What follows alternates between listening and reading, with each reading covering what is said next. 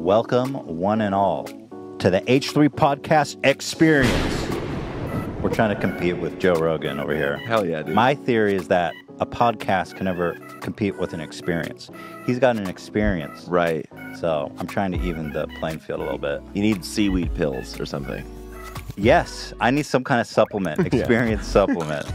But thank you to Hims, Felix Gray, and Audible for sponsoring us today. And if you haven't already guessed today, I would say arguably the most successful YouTuber of all time. No, Bieber. Bieber. Yeah, I can't. There's no argument. No. But can we say number two? No, I Why? Don't, because like the idea is that like if you make stuff outside of YouTube, you're more successful. I don't think that's true. I'm saying like YouTubers make way more money than me. Reach more people. I mean, I don't think it's like it's legit and successful just because you. In my mind, I feel like there is some truth to it. If you can escape in a way, it is an escape because it really frees you. Like what you do with your comedy acts is kind of not compatible with YouTube. You think? Kind of. I don't know. Well, it's like maybe not the whole stage and the lighting and all the coordination and disappearing for a year. Yeah, well, that's really why I left, or not left. You moved on. I just wanted to do live stuff. I mean, even when I was posting the early videos, like I just wanted to perform on stage. I was doing theater. That's what I wanted to do. Mm-hmm. So even when I was performing those videos, like. I'd be like, I really want to go to stage with these. And then I performed them on stage, and if I had posted the video, it wouldn't get that much of a reaction. And I realized, like, if I actually didn't post this stuff and people heard it for the first time in the room, it was exciting. So, well, I didn't introduce you, Bo Burnham. Okay. Basically, I would say one of the most beloved comedy acts of the past decade, including two of my favorite, What and Make Happy on Netflix. Appreciate you. Both are on Netflix. What's on YouTube? Yeah. What's back on Netflix? It's back. It's everywhere. Yeah. It's everywhere, folks. And he's just written and directed a new movie that's out today on limited release, right? Nationwide in 2 weeks. Yeah, New York and LA, and then it'll be out somewhere else. 8th Grade, which, by the way, is getting rave reviews. 98% on Rotten Tomatoes. Whoa, let me hit you with the soundboard. It's actually 99 now. Whoa, they raised it. They're like, you know what? 98, fuck that. Yeah. 99, ooh. Can we get it to 100? Can we off that one fucking loser? No, we can't. Are you sure? No, you go for it. Yeah, can you? Ian, the intern's on it. He is weird. He's up to weird shenanigans. I have a booger hanging out my mouth? No, you're good. I would tell if you had a book hanging out. That's all good. I wouldn't let you in with that. I'm free. But it does have 100% in my heart. Appreciate it. I went and I saw it last night. It's very kind. I missed the screening, and I absolutely loved it. You missed the screening? I missed the screening, so I went and saw it last night. Oh, okay. Yeah. How are you feeling about it? I mean, the movie's out. It's getting rave reviews. I'm feeling great. I want to say I'm really grateful to be here. I'm a fan of yours, Ethan. I'm a fan of the podcast. It's true. Though I haven't been like posting a lot on YouTube, I'm watching the shit all the time. Really? Yeah, all the time. I mean, like my main relationship with the internet is as a viewer and as someone just so on. So can I ask, who do you frequent? Like, who do you like? You're one of the few people like that's really popular that I watch. I mean, I don't know if it's like geared to me, but like it's sort of what the movie ended up being. Like, I love people on the internet that no one's watching. I love the review bra. I love him. Shout out to Review Bra. Yeah, Report of the Week. He's the best. He's a legend. Incredible. Yeah. But I really love like people on the internet that no one's watching. So I'll often like search something and then view it by upload date. Okay. So you know what I mean? You're get, in the like, nitty gritty. Yeah. So I love deep dives. Like there's this dude who's a hoarder who cooks hot dogs on candles. And it's very nauseating. And Does he have character, or is it just the intrigue of it all? Does he have character? Like, is he very entertaining, or no? It's more bone chilling. It's chilling. Yeah.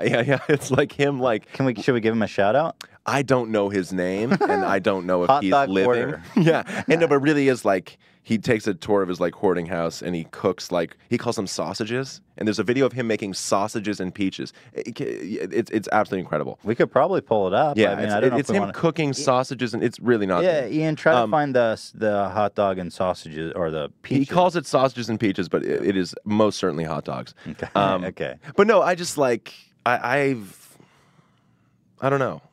But yeah, no, I watch a lot of stuff. Well, I know you come from the background, and I want to talk a lot about that. But first, I want to ask, like, what was your motivation almost for writing this film? Because it's a departure. It's kind of a surprise to a lot of your fans of like, oh wow, where did this movie come from? It's a very specific movie too, with a very specific narrative. Like you had a purpose. So I'm wondering what motivated you kind of to go that route? It was like, it's about a girl, like a 13-year-old girl last week, 8th grade, and you know, I did stand up for like Ian found it already, by the way, but amazing. We'll go to that later.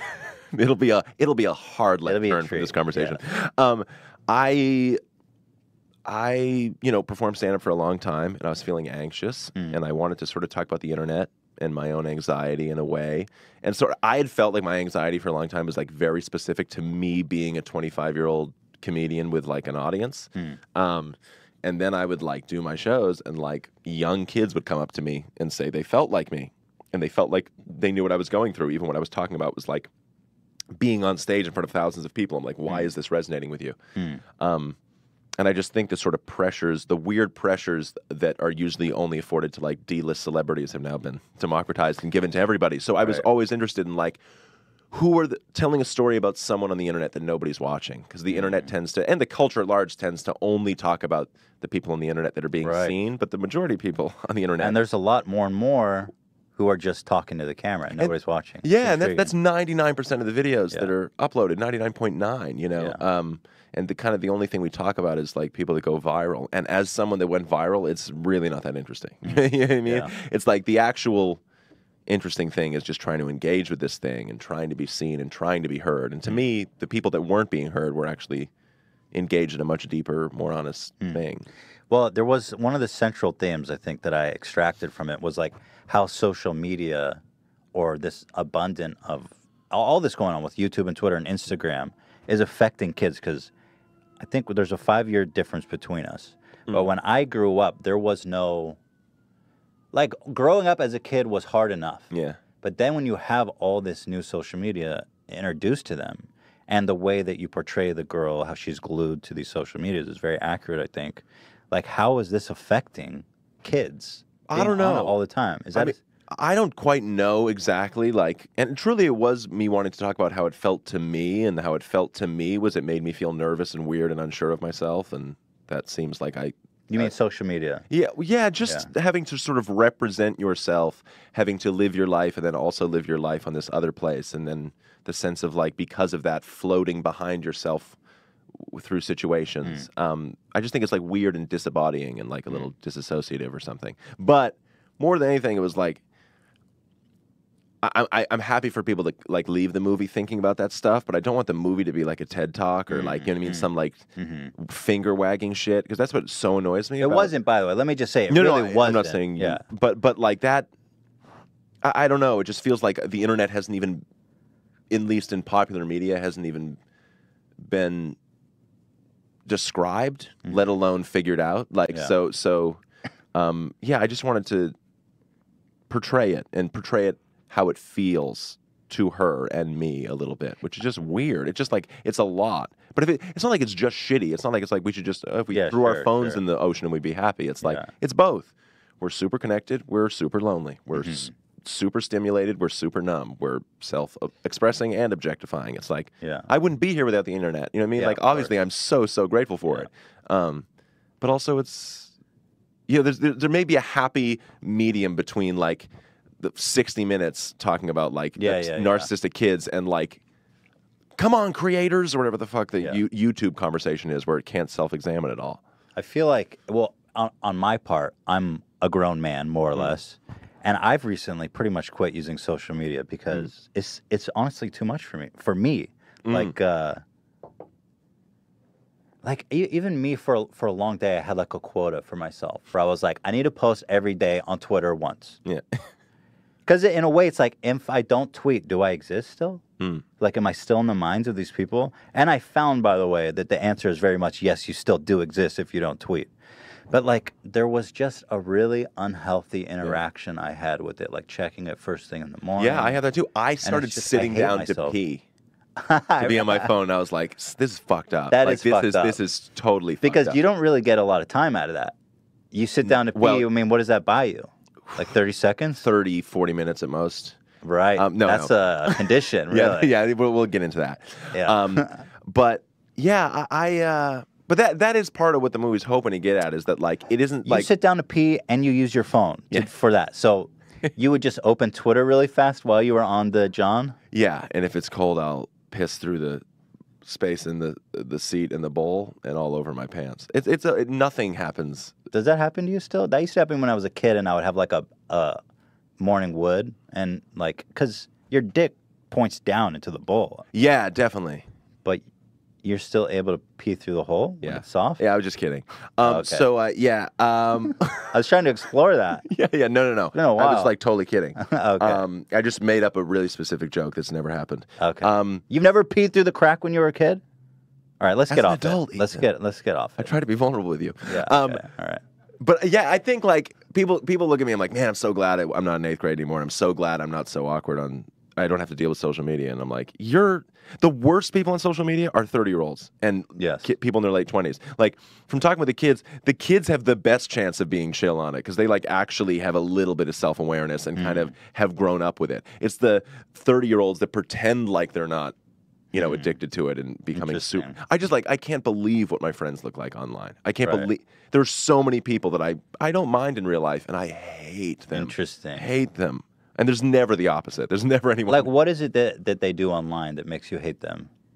It's just so transparent, right? What everyone's doing. Everything's trying to look like peachy and trying to look peachy or trying to be ironically peachy or humble brag is the word of the 21st century. Well, I heard you say something that I really liked. Something that's been ringing with me is like, if you ironically hate something, it's not really better than. Like, if you're self-aware of doing something that you don't like, it's not really different. Yeah, no, everyone like you see that on YouTube a lot of people being like clickbaiting ironically, but it's like, well, you're still doing that. It's like, and I did that when I was 16, 17. It was like, buy my merch. I'm a sellout. It's like, no, you're still a fucking sellout. Like, it doesn't, being self-aware saves you nothing. Yeah. And it's like, the most ironic shit online is like, Old Spice commercials and Geico commercials where they're going on being like, this is a Geico commercial, wink. And it's like, fuck you. Yeah. And it's like Deadpool. It's like a $200 million movie winking at you. And it's like, is that cool? Yeah. I don't know. I mean, I'm just saying like this sort of like surrealist, cool, crazy Adult Swim like aesthetic has been totally co-opted by like Allstate. Maybe not Allstate, but you know what I'm saying? Yeah, It's like, no, I feel you. It's just like, it's, I don't know. It just feels, ugh. Me. Let me ask you, how does making a movie compare to your other creative endeavors that you've done so far?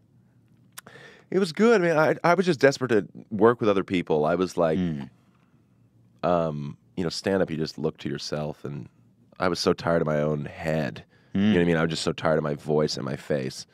So I just wanted to work with people again. I did theater like growing up, and that's what I really loved. And that's why, like, when I fell in love with shit. So, it was just about working with people and getting out of my own head, and that was nice. That's awesome. Because like trying to explore my own anxiety by being alone on stage, not helpful. It surprisingly ended up making it worse. You have problems with anxiety. Oh yeah, I also have suffered from that. But I'm curious, have you found something that's helped you? How long have you been suffering from anxiety? Longer in hindsight than I thought. When I was in high school, sophomore year, I was in the hospital with stomach problems, thinking that I just drank barium, thinking I'm having all this must have holes in my intestines, and I was just nervous, shitting my pants every day. That's funny. I find it interesting that you weren't aware that it was anxiety you were feeling. Well, it was so constant that I didn't think it could have been. It was every day. Which actually probably should have pointed to anxiety, but and then it really, when I was 23, I had my first panic attack on stage, and that was like, oh shit. How did the show continue? It continued. I've had you pushed through it. Yeah, I've had about 10 on stage, and shit. What happens in that moment? Do you become like very self-aware? Tunnel vision, and then numb body, and then just a total out of body feeling. And what's so weird about it is that it's happening within the structure of a show that is written about that. but to the word. You know what I mean? So it's I can't even go. Oh, I'm feeling it. I have to say. So it ends up I'm in Groundhog's Day, and I have a script that I have to keep to. So I have this inner monologue freaking out, and then I'm having to perform. But you found that you're able to still perform the script while having a somewhat out of body experience. Yeah, I was. Sounds crazy. But it was it was like I'd be a little out of breath. So I'd be the entire show for 20 minutes would be existing like on like the inhale kind of. It definitely wasn't my best work. You know. Do you remember? For me, my anxiety. I think I was diagnosed with like generalized anxiety disorder, and I had like a very specific moment of like almost breaking, like a breaking point where it just came out of nowhere. Did you have a moment like that? It was. It's actually. I had a panic attack in Providence, Rhode Island, which is funny because, like, you know, like people that went to the show have heard this now. Don't, you know, I don't think my parents were there and couldn't tell it was happening. Providence, Rhode Island. It was like a theater, like 3,000 people. Had a panic attack. It was really bad. Then went to New York. Had 3 shows. Had a panic attack in the middle show. Went to see The Martian the next day and got very, very angry because it wasn't about anxiety and I didn't know. It felt like so perfect for my life. Like, how is a story about a guy alone on Mars, locked in it? It felt so true to me, and then it was just like about how he's like a good botanist or something. But the movie's probably chill. I was just in a bad place. And then I had a panic attack on the train to D.C. The next day. Which was another show. And I had like, this was like the first week of a tour that was like 45 shows in 50 days. And that was when I was like, there's something going on here. Yeah, like this is bad and I can never do this again. That was the worst time of I've had a pretty fortunate life. That was definitely one of the hardest, stretches of my life. And like, how did you kind of get through it? I mean, did you find at the time, was it like, for me, it was almost unbearable. Like I couldn't even live. I was like completely debilitated for like 6 months, I would say. Try meditation. You know, I would meditate before show. The problem is there's just a show every night. And there was like very like surreal comical things where I'd be like Googling how to deal with stage fright, you know, before a show in front of 3,000 people. And the answers would be like, don't worry, like if you're doing this in front of your class or at town hall, like people don't really care about what you're saying. And I'm like, nope, there's 3,000 people that have paid $40 and have waited, you know, like they do care. Yeah. It like really helped me to find out that like Barbra Streisand struggles with it. Barbra Streisand. And like Adele. Like it actually really helped to. Well, it's such a weird thing. Like how you almost have to be more of a fucking psycho to not experience anxiety. Yeah, exactly. Like it's like being the president. Like I don't know how you. Well, I've long held that you have to be an actual sociopath to even want to be president. Yeah. So those guys don't feel anxiety. They just feel cold-blooded. Yeah, we got a good one right now, but yeah, they're usually pretty bad. Yeah, I get the feeling he's not having much self-aware moments right now. Yeah, no. Yeah. Now my body's on fire. Yeah, meditation. What did you do? Dude, the thing is, like, I'm like a somewhat sensitive guy. Oh, yeah. But for some reason, I never talked to anyone about it. Like, I don't... Yeah, me the thing too. is, I thought I didn't say that the was my word. biggest mistake, and that's what fucked me up for so long. And looking back in hindsight, I was like, why was I so private about it? Because I thought I was actually having like a psychotic like break. Yes. I thought almost for sure that I was schizophrenic. And I was so crushed by that fact, and I felt like I would crush my parents by telling them that. And I felt just like I couldn't talk about it at all, and I held on to it just hoping it would go away, but it never did. For me, I don't know if you felt this, like my worry was if I say it, it's real. Yeah. You know what I mean? Like if I admit that I'm going through this, Very much.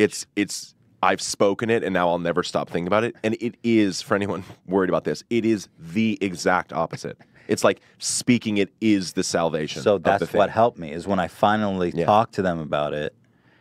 Because it's like stand-up. It's just you in your head talking to yourself. And it makes everything so much worse. Because when you talk to somebody about it, first of all, it's really a very literal getting it out.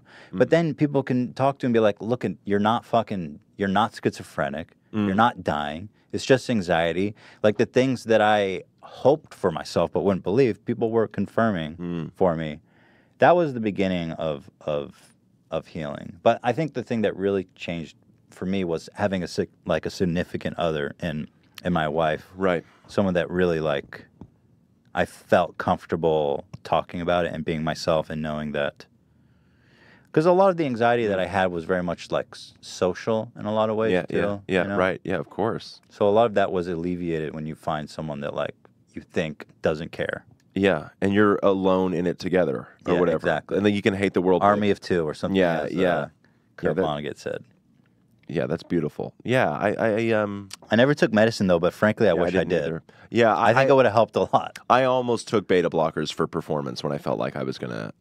Beta blockers. We've talked about that here. I don't know what the fuck beta blockers are. I don't know anything, and it sounds like it's like a '90s board game or something. Yeah, so I beta don't blockers. really feel like doing it. But yeah, man, it's like the sort of my thing was like, and if I'm being like truly honest with myself, it's like the two sides of the same coin that like by speaking it out loud and seeing that other people were going through it, and that it wasn't unique to my experience of being, because I just thought like, oh, this is happening to me because I'm living an insane life in a very specific circumstance, you know. Mm-hmm. When I spoke it, I realized like it was the thing I was most terrified of, and the thing that actually saved me, which is like I'm not unique and I'm not alone. You know, I think I was maybe deep down wanting it to be singular. Because, you know, I want to have a very singular experience. And no, when I'm going through, you can understand. Right, and I think that sort of mindset is common to anxious people. An idea of it is so I sort of describe it like having anxiety feels like I'm riding a bull. Like my bull is my nervous system, and I just have to hold on to it. And then like being in the world feels like everyone else is an equestrian. You know what I mean? Just like perfectly in sync with their own nervous system. And it just isn't true. Totally. There's so many silent battles of it. And absolutely. For some, and it's so weird. Like when I saw a little bit of my special that I hadn't seen, you know, in Make Happy, the last one, in 2 years. And I saw it, and I would not believe that person was nervous. Yeah. You know what I mean? I totally. wouldn't believe. I would think like, oh, he's talking about anxiety to just, you know, because he thinks it's like but like he's not nervous. Yeah. And I frankly didn't know that it was such a battle for you. After the first show, I sobbed backstage. Wow. because like, I mean, I slept 2 hours the night before. I was shaking like, it was rough. It was. It's incredible that like now. even through that you can still do shit. Because like thinking back on myself, I wasn't famous at the time when I was having my worst anxiety. I mean, I still suffer from it a lot, but like back in the day, I was so like even just talking to someone was almost like a real battle for me. Yeah. Going on a date was like the fucking. Like, very much like what the movie it describes is like these mundane, ordinary things can sometimes be the bravest thing you can do, right? Exactly. And that's what the movie was trying to do is like portray. And it did very much. And like, it works for 13. So I appreciate it. And it's like 13-year-old, life for a 13-year-old or someone with social anxiety. Tiny moments feel like life and death. And it's so important to overcome it and just say, you know what, I still have to do this. And I feel like that is really what makes you overcome it. Yes, and like, I just think movies tend to push situations into drama and confrontation that needs to justify it. Yeah. I think people are so fucking non-confrontational in real life. Sure. So non-confrontational. Oh, yeah. Like, have you ever like just raised your voice at a guy in like the grocery store line and then your heart is pounding for 40 minutes afterwards? Like, like you ever see an argument in public? You're like, holy shit. You know what I mean? Yeah. I just think life is the drama of our lives literally plays out very small, but subjectively and personally, it's very, very big. So the movie was just trying to be like, can we show those tiny, tiny moments? Dude, so successfully. Like the scene where she's going to the pool party was just like I felt that so much. You know what I mean? And I think everybody watching will feel it so much. So it definitely, I love that so much. Capturing. Yeah, I appreciate it. That. Yeah, pool parties are just not chill. And we were trying to also like really try to look at kids not nostalgically, not like a memory, but just try to see them like aliens. Like, what if we just forgot what these things meant to us in hindsight, but just looked at it fresh? And it's like, a pool party's like, okay, it's like,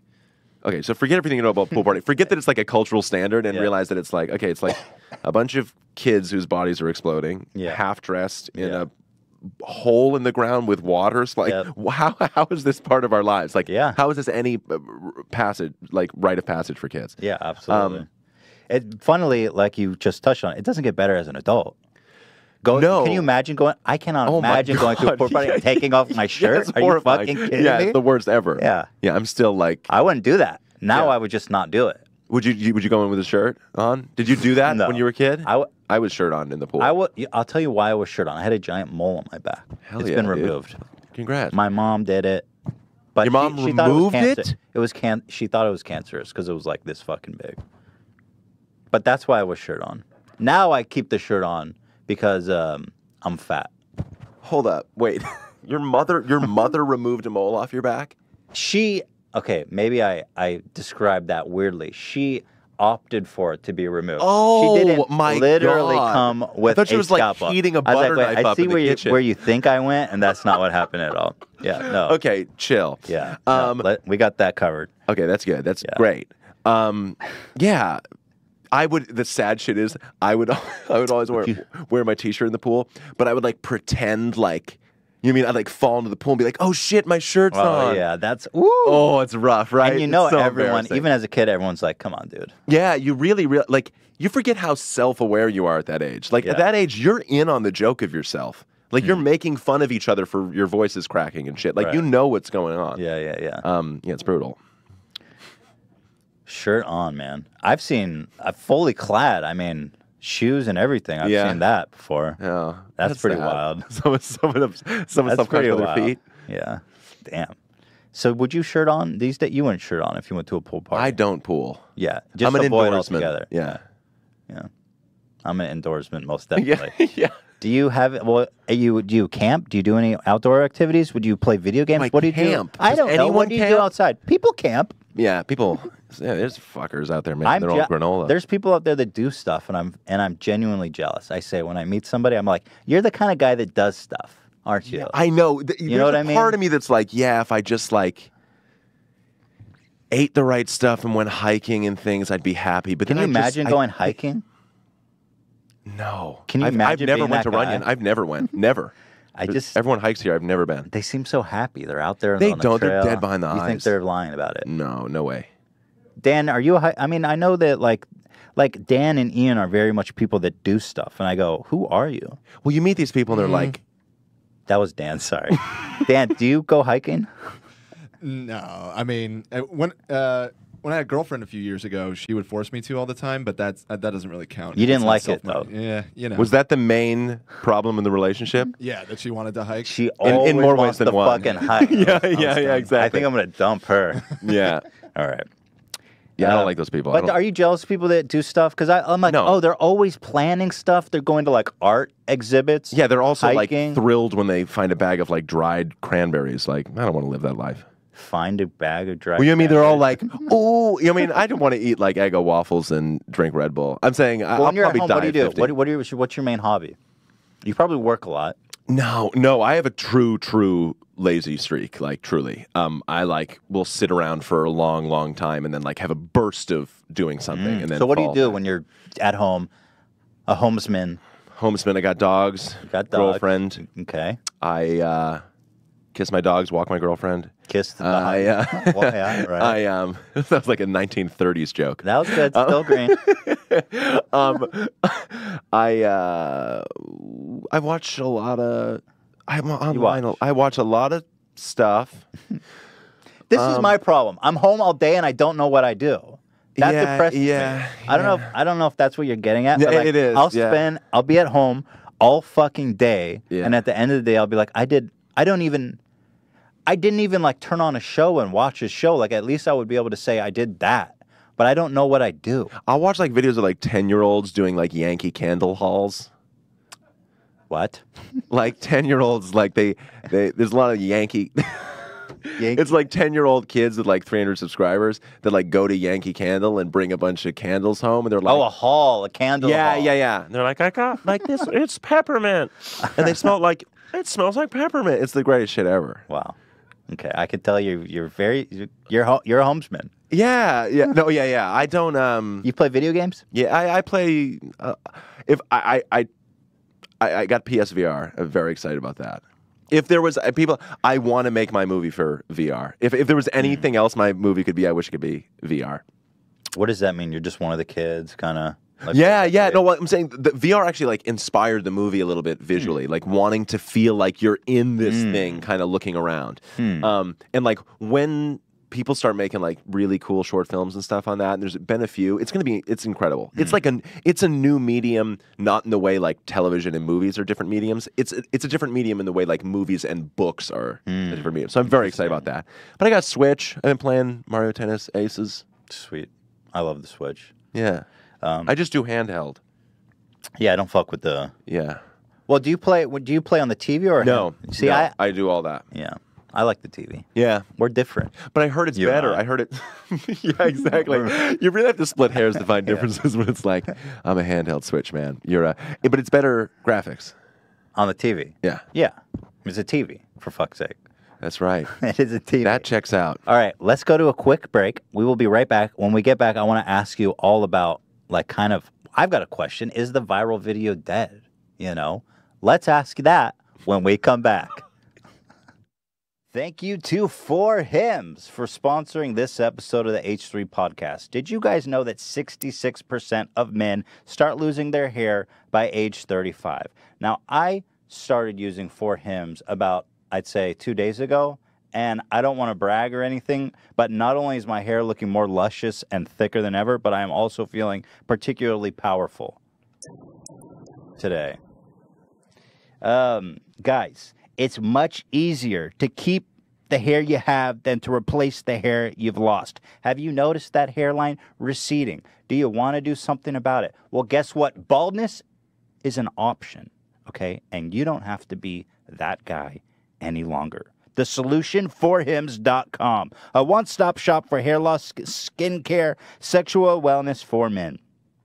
Ian, for example, started taking 4Hims. How long ago was it, Ian? About 24 hours ago. 24 hours. I mean, wow. Results may vary. I want to emphasize on that, but it has worked out really well for Ian.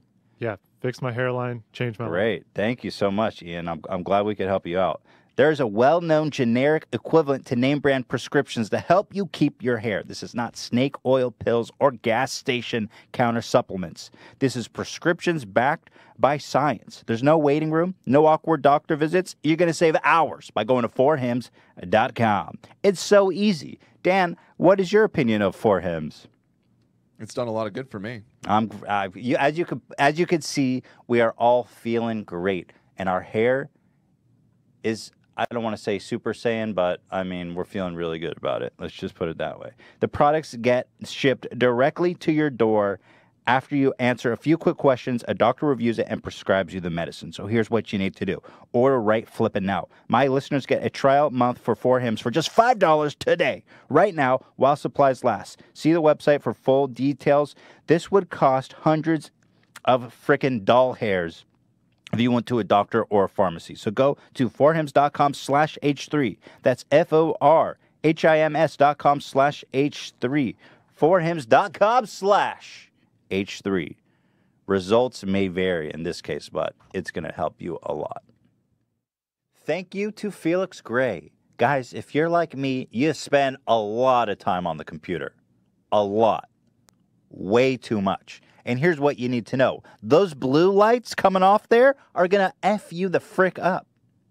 That's why I recommend Felix Gray glasses. Check this out. These glasses block out the blue light to prevent digital eye strain, which can give you a headache, dry eye, and really just a whole magnitude of issues that are just frankly going to ruin your whole life. Yeah, it's tough out there, folks. And look, you don't have to look like a nerd. If you're trying to use the computer all day, you can look stylish and slick, and maybe somebody will actually look at your dick. I don't know about touch, but look, yes. The rest is up to you to secure. A lot of us spend hours and hours in front of the computer staring at screens, and it gets exhausting. Even if you've never heard of digital eye strain, chances are you've experienced it. When I'm on the computer all day, I get headaches. It sucks because I don't leave the computer. I never stop. I just sit there with a headache until I got these glasses. Beautifully designed by Felix Gray. Felix Gray lenses are specifically designed to filter blue light and eliminate glare from the screen, which are the two main culprits behind digital eye strain. They have blue light filtering technology embedded into the lenses. So you're there effectively without the telltale yellow tint or color distortion of other blue light filtering glasses. Felix Gray frames are handcrafted from premium Italian acetate, the same material used by the biggest designer brands in the world. And they're super stylish. This is the Turing style. I love it because it makes me look studious and handsome and sweet, assuming guy that's secretly just a nerd that wants to spend 15 hours a day on the computer. But they don't know that because these look cool. No prescription is necessary. Their glasses are available in non-prescription reader, and they've just launched prescription lenses so everyone can benefit from wearing a pair of Felix Grays. All orders are shipped free and free returns, so you've got nothing to lose, folks. Give it a shot. Go to felixgrayglasses.com/H3 to try a pair of Felix Gray glasses today. That's felixgrayglasses.com/H3. felixgrayglasses.com/H3. Link is in the description, guys. You got nothing to lose. Give it a shot. If you have problems at the computer with eye strain, try them on. See if it doesn't change your life forever. Audible, you know it, you love it. Guess what? They've got a special offer that's going to hook you in. Check this out. Audible has an offer that ends July 31st of this year. Amazon Prime members can get Audible for $5 a month for the first 3 months. That's like getting 3 months for the price of one. And after those 3 months, it's just $15 a month.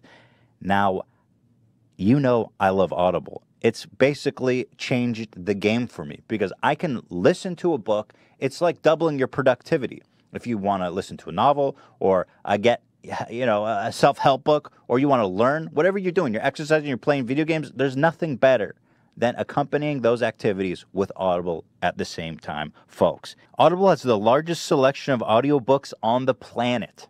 Guess what's on Audible now? Harry Potter. The frickin' books are all on Audible now, the whole series. I started listening to the first book. It's enchanting. It's a blast. I've personally read all those books. They're one of my favorite series. Guys, if you haven't gotten into the Harry Potter series, now is a great time to try Audible and listen to those right flippin' now. Gosh darn it. Audible members get a credit every month good for any audiobook, regardless of price. And unused credits roll over to the next month. If you didn't like the audiobook, you can exchange it for another one. No questions asked, folks. It doesn't get better. Got the soundboard here. Gotta use it. Your books are yours to keep. With Audible, you can go back and re-listen anytime, even if you cancel your membership. So, go to audible.com/H3podcast or text H3podcast, one word, to 500-500 to get started. And remember, Amazon Prime members can get Audible for $5 a month for the first 3 months. That's like getting 3 months for the price of one. Come on. And after that, it's $15 a month. So, once again, guys, this offer ends July 31st. Go to audible.com/H3podcast, one word. Go listen to Harry Potter. I'm telling you, now is the time to get your wand out and start doing some abracadabra, or what is that one? All right. You guys are going to love it. Hello, and welcome back. It's your boy, Bo, here. Let me ask you this.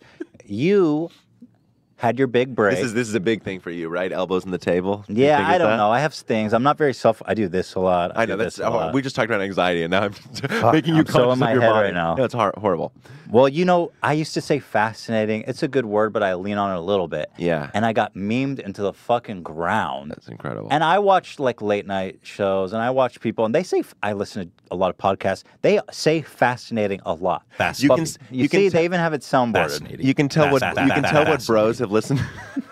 Like I can't get away from it. You can tell what bros have been listening to Jordan Peterson by how all of a sudden they start saying presupposition. That's a good way. Steven Crowder all of a sudden started saying presupposition. I'm like, that's cool, bro. I know where you got that. Yeah. Oh, you love that word. Yeah. Oh my God, Dan, just a man. What? Come on, this is not fascinating at all. No, I'm kidding. Yeah. The presupposition was that you weren't going to come in here. This was presupposed, Dan. So let me ask you. You came up. God, I'm coming up. I want the world to know. I gotta let it show. Yeah, you gotta let it show.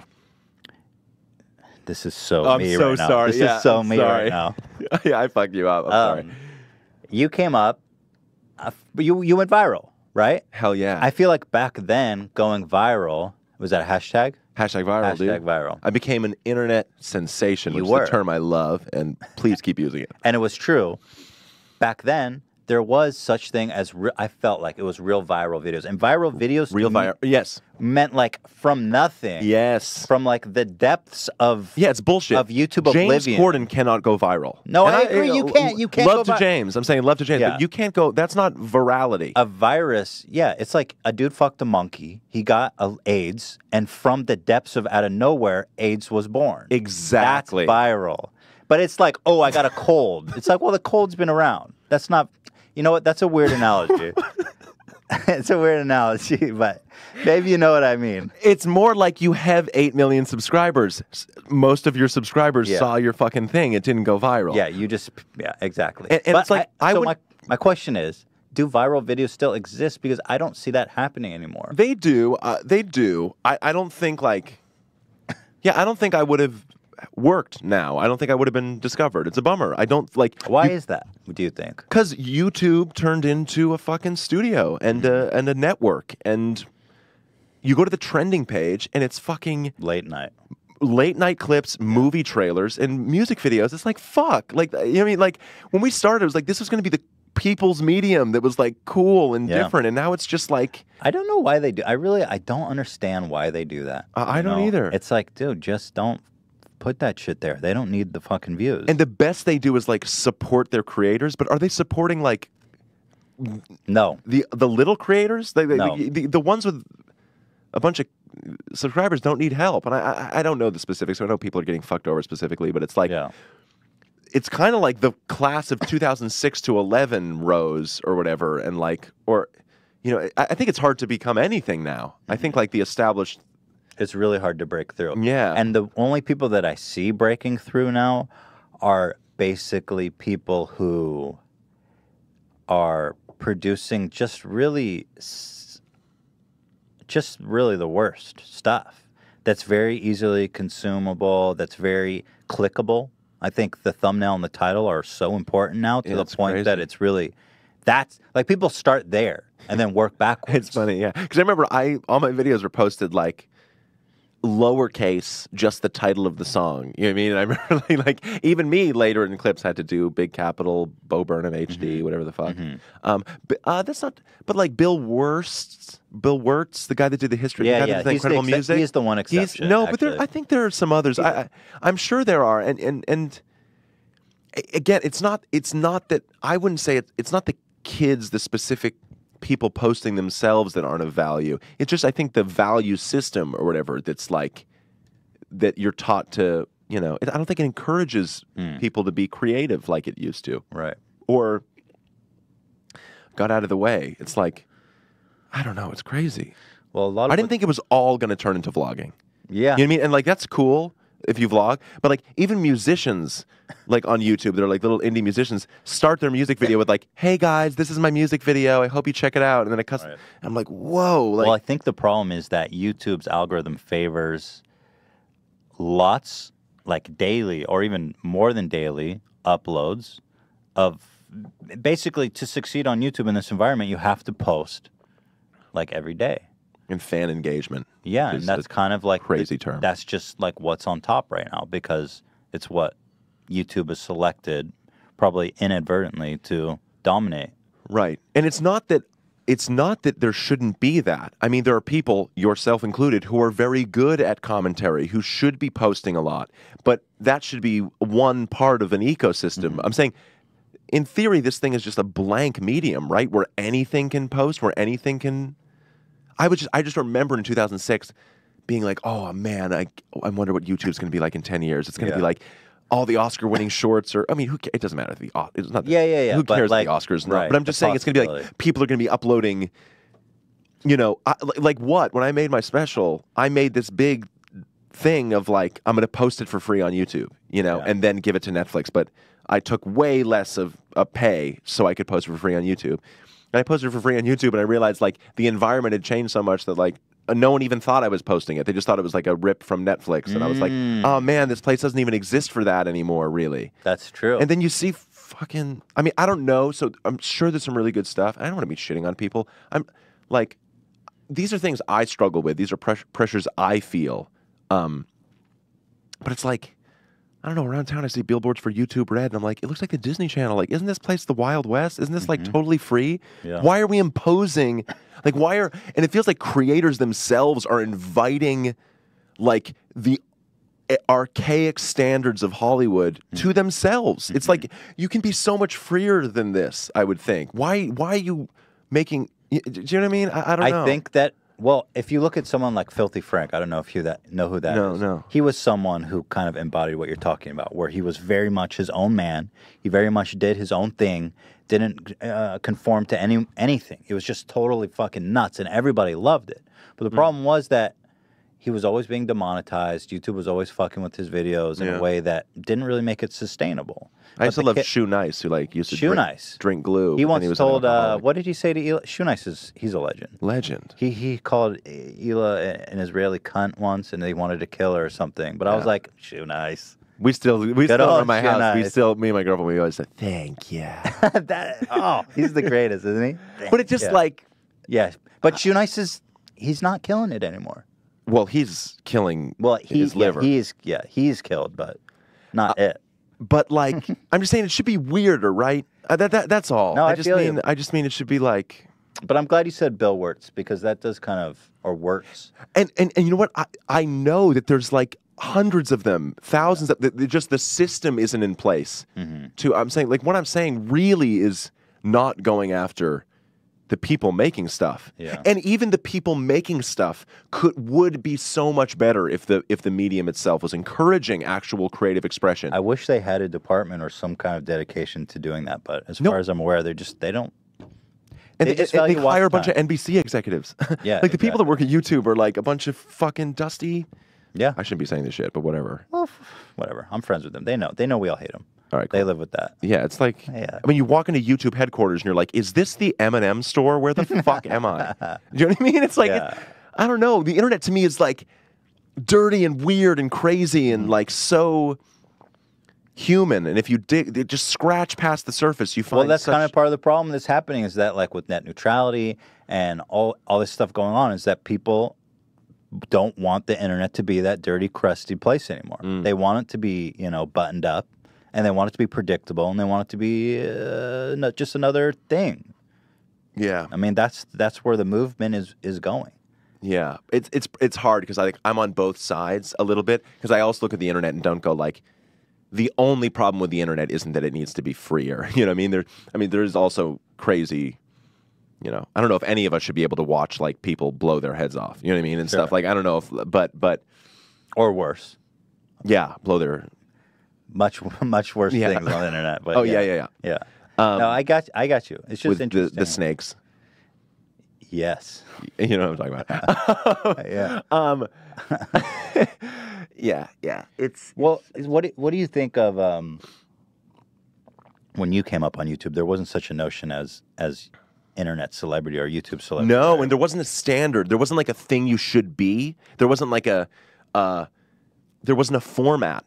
So it was just like people were just doing random shit, unpolished random shit, which is cool, as opposed to like if you want to, I don't know. So I'm what do you like think? crusty old dude? But No, it's no, but I am. I Yeah. am a crusty old dude. I mean, I was in 2006 right when this thing started, but it's because I care about it so much. Yeah. And I want young people that are taking risks and making interesting things to like have and it's I say this because I care about it, because like every other medium has no fucking chance like of being cool, really. Like this is like the first like real medium where like everyone can actually access it, and like even the idea of viral is a problem, because it immediately puts the idea that the only things worthy are the ones that are being seen like a million times. You can kind of find really cool channels with like 3,000 views where it's some like person giving advice or some person teaching piano. Well, originally that's what YouTube was all about. It was just a dude who wanted to make shit and share it with like their friends. I mean, that's why people made videos in the early days before you got paid for it. But now it's like, I think 95% of kids, if you ask them what's their dream job, it's to be a YouTuber. Yeah. I find that pretty strange. Huh. When I was a kid, people wanted to be astronauts. Well, YouTuber's weird because it feels like it's like movie. Or, no, I guess that would just be like movie. But YouTuber, it's weird that when you say YouTuber, that should have no meaning, right? That should actually be like something There's like, I want to be a writer. diverse amount. Oh, yeah, exactly. It should be writers. So it's like, oh, what do you want to write? But when you say YouTuber, it's like, oh, that means like, hey conjures the guys, image. hey, click this for that. You know, that's yeah, weird. that's very true. But I don't think that's true. But I don't think it actually is true. It just, I do think the that's only what they YouTubers mean, that are though. getting attention. Yeah, yeah, That is what they mean. yeah. God damn it. God damn it. No, we're old fucking losers. I feel like that all the time, but I know what you mean. I love YouTube. I love so much of what it was. Yeah, and I mean, you know what it is. And if kids are like, I watch it. I like it. So I'm saying if kids are happy and everyone's happy doing this shit and people are happy watching it, that's like totally cool. And I need to emphasize that like the real thing I'm pissed about is not that popular YouTube creators are taking the space from these kids. The real thing are the movie studios, the movie trailers, the Tonight Show clips. That like that is the most infuriating thing. Right. When you see like I thought that Shane Dawson Tanacon thing was awesome. Yeah, I thought that was so cool. Yeah, I loved thought that was incredible. Yeah. And like what an incredible thing to do. Like form breaking. It came out and it was so good. Like I was blown away. And it was part and because of like Shane's personal relationship with his audience, it was that much more meaningful. So it's like a great like version of that, like a Louis Theroux weird version. So that was awesome. Yeah. So I know people are doing that. I just want to be like, you know, like I don't know, like Kevin Hart doing like Vanity Fair's, you know, most viral questions, whatever. You know what I mean? The stuff and all the. No hate to any specific people. I'm just saying, like, no, I know exactly. I can't believe it worked. I can't believe it. Like they do it. These people sit in a room and they go like, "How can we make something viral?" And they make it, and it goes viral because they called it viral in their headline. Well, like you said, I don't think that means anything anymore. Like viral, it was just back in the day. It was like there's a viral video, Yodel Boy, and it was a double rainbow.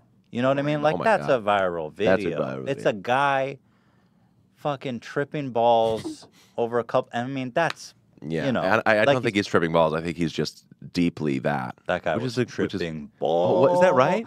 I personally think, and this is a time old. Boom goes the dynamite. Boom goes the fucking probably dynamite. Probably the best of all Yeah. time. One of the best of all time. And like, it's similar with the movie, which is like cringe means a lot to me. You know what I mean? Like, and there's some like I love like.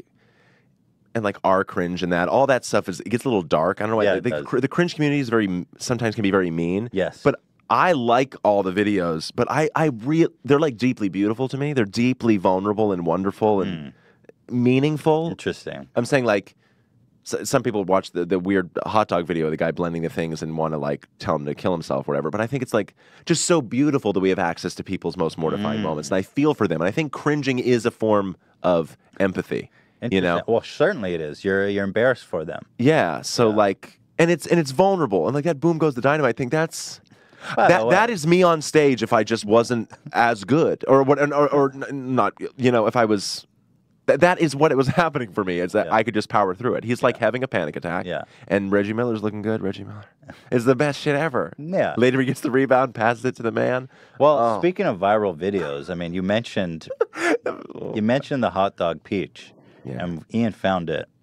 Now, first of all, this is a re-upload because I guess he erased it. It was too wild for this world. Yeah. But this has 200,000 views, so we are really.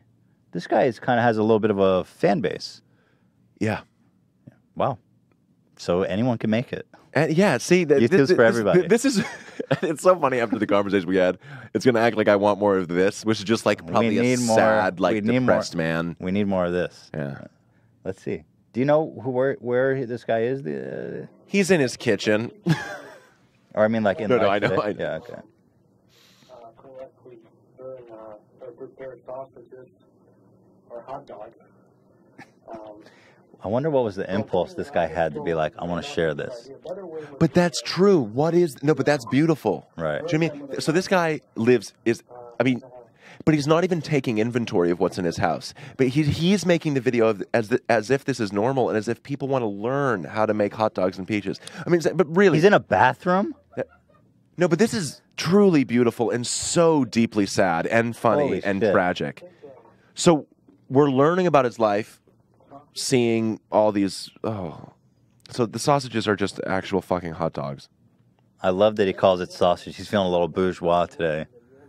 But see, he's reaching for something. okay, so that you don't like.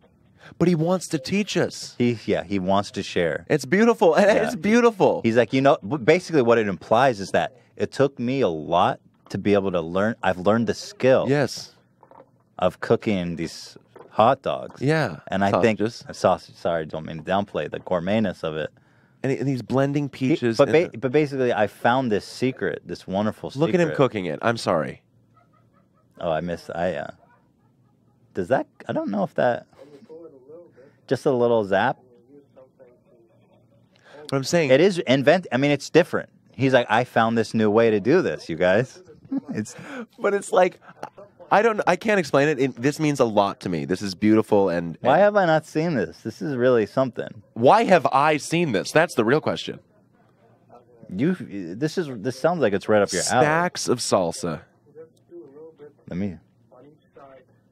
But I'm saying this is a glimpse into a life we never would have without this. Right. Pray to God you never have a glimpse into this life. Right. But not that we're just seeing it. We're seeing it through his POV. Yes, and like with his perspective, with his wants. It's incredible. To me it's so cinematic and incredible. It's like some crazy beautiful like Harmony Korine like. Here, let me crank the volume. I actually want to watch this. It's 8 minutes, so it's a lot. It's a lot. Yeah, let me just Is he going to throw those dogs in the blender? With the peaches. Oh, my God. It's healthy in a way. He's like, listen, a little protein, a little fiber. Yeah. It's a balanced meal. Okay, let's skip forward to the fucking he had one point, action. He at one point washes the thing in the sink, but the dog? He washes the dog. You gotta rinse the dogs, folks. Look at the trash in the ground. Man. Look at he just really tossed that in there in a way that I've quite never seen. Got a little emerald going on. A little, yeah. Oh, why is there a toilet there? I don't understand the toilet. His accent is also like implaceable. Really? Unplaceable. So let's cut to the big moment. If you're worried this isn't exciting for the audience, trust me, it is. It's just sad. See, now he's look. Whoa, that because like he started he started the wrong. Wait, his place was just about to burn down. Yeah, because he started the wrong. Because he was overreaching. He probably hasn't done this before. Oh, you think this is a new recipe? But he's trying to act like an. He's a Tostitos man, I've noticed. Yeah. Oh yeah, it's brand loyal. Just saying, but wouldn't the world be a better place if we watched this with love? Am I insane? No, you're not insane. I mean, I think people do, but also people are too.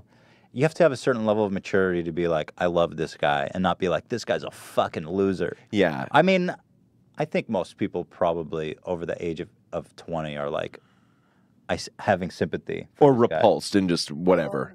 Yeah. And don't want to. Well, let's get to the fireworks. Yeah, let's get to him trying it, which is towards the end. Look at. Oh man. Oh my God. He's nervous. He's like, oh. You know what? He did double the cups up, if you notice. So he's a Bayou hip hop artist. Oh, right. Well, yeah, he doubled up. I think he just cherishes the content so much. No link. He doesn't want to lose the drop. So, correct me if I'm wrong. He didn't blend the dogs. He sliced them, little bites, and not. Well, did he blend it? No, I think he then put it into the already blended peaches. Yeah. Okay. I'm just trying to get the recipe straight. So if I want to cook this at home later, of course. Cleanup's a breeze. You just leave everything there for 10 years.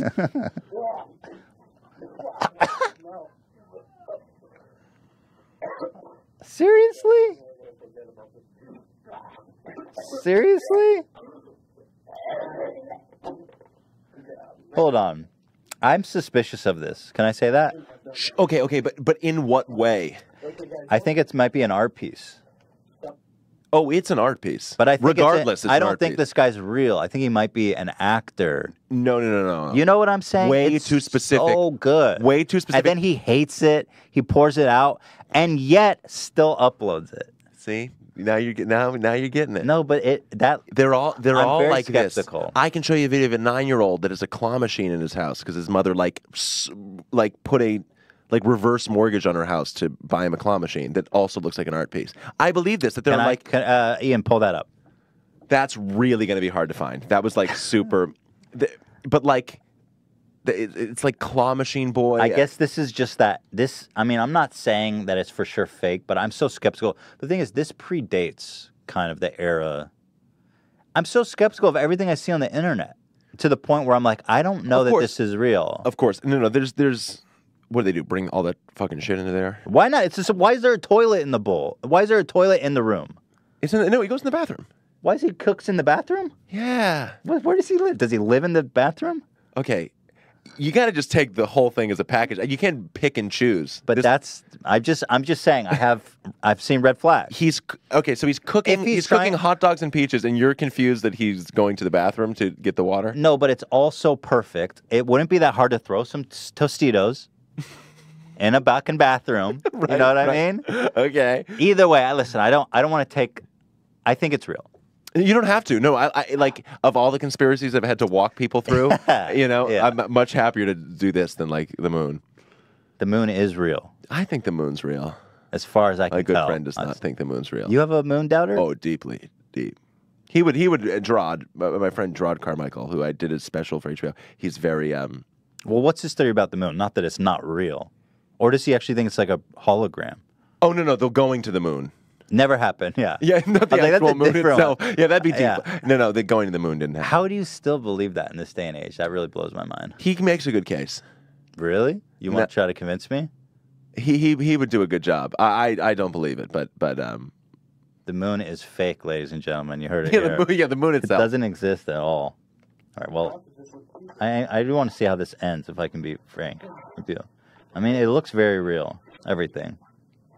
If it's fake, it's the greatest production designer of all time. Right. Truly. Like, it's beautifully put together. That's true. This guy would be going places right now. He would be like top of the game. But it's just like incredibly set up.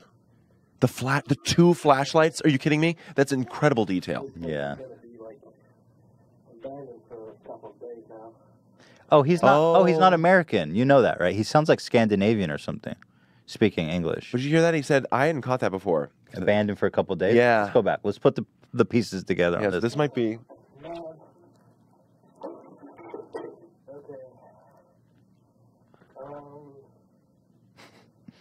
I'm going back to my house.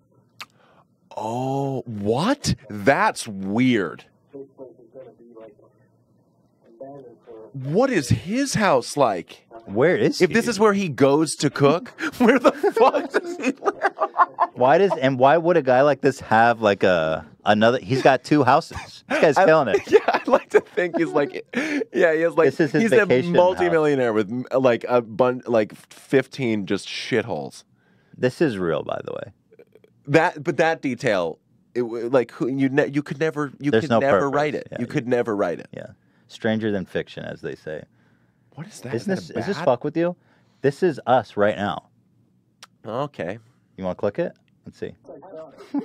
Is this weird? Wow. This is us live right now. I hate it. No. You have to. Well, you have to wait till we open us live. Okay. Here, let me mute it.